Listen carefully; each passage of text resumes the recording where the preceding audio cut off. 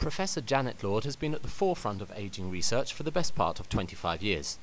We came to the University of Birmingham's medical school to ask her how and why her interest in the area arose.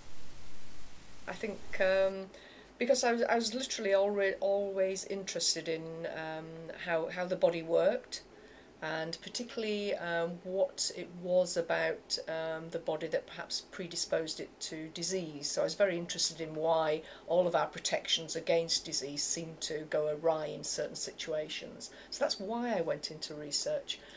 How was almost accidental. So I originally intended to become a forensic scientist and went to a lecture about forensic science, and at the end talked to the lecturer and said, what do I have to do to become a forensic scientist? And he said, well, we wouldn't even look at you unless you had a PhD. So I went to do a PhD, and that was it. I then forgot forensic science and decided I was going to stay in pure medical research. And why is what you do important to you? What keeps you interested in it?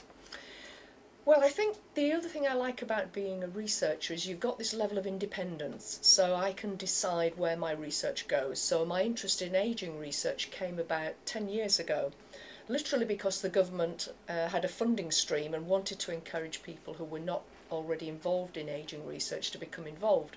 So I basically put an application in which was to do with what happens to our immune systems as we age and why we become more susceptible to infections, to cancers.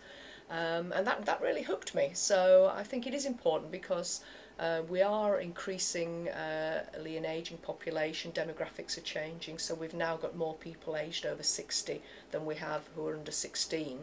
And I think most people would agree that it's all very well living longer, but they want to live healthier, they want a good quality of life. And so I think to try to understand the ageing process will help then to eventually try to alleviate all of the age-related diseases. Because you could try to tackle diseases one by one, so you could try to cure cancer, heart disease, pneumonia, but if all of those are caused by ageing, then if we tackle ageing first, the idea is then you automatically improve the rest. Given that we have an ageing population and that old age is sort of quite an uncomfortable place to be for quite a lot of people, do you see that changing at all owing to advances in technology or the research that you're doing? I think very much so, yes. So I think I probably wouldn't be in ageing research still after 10 years if it all looked rather bleak and there was nothing we could do. But interestingly, I think most of the general population probably think there isn't much you can do about ageing, that it's going to happen to us, it's inevitable, there's nothing you can do about it. But we now understand that's just not correct. So while sort of 25% of what happens to you in your old age is down to your genes, so essentially pick a good mum and dad. But the other 75% is really up to you. It's about environmental, so it's about your diet, it's about your lifestyle, it's about whether you take exercise. So people can influence it. So yes, I think things will improve.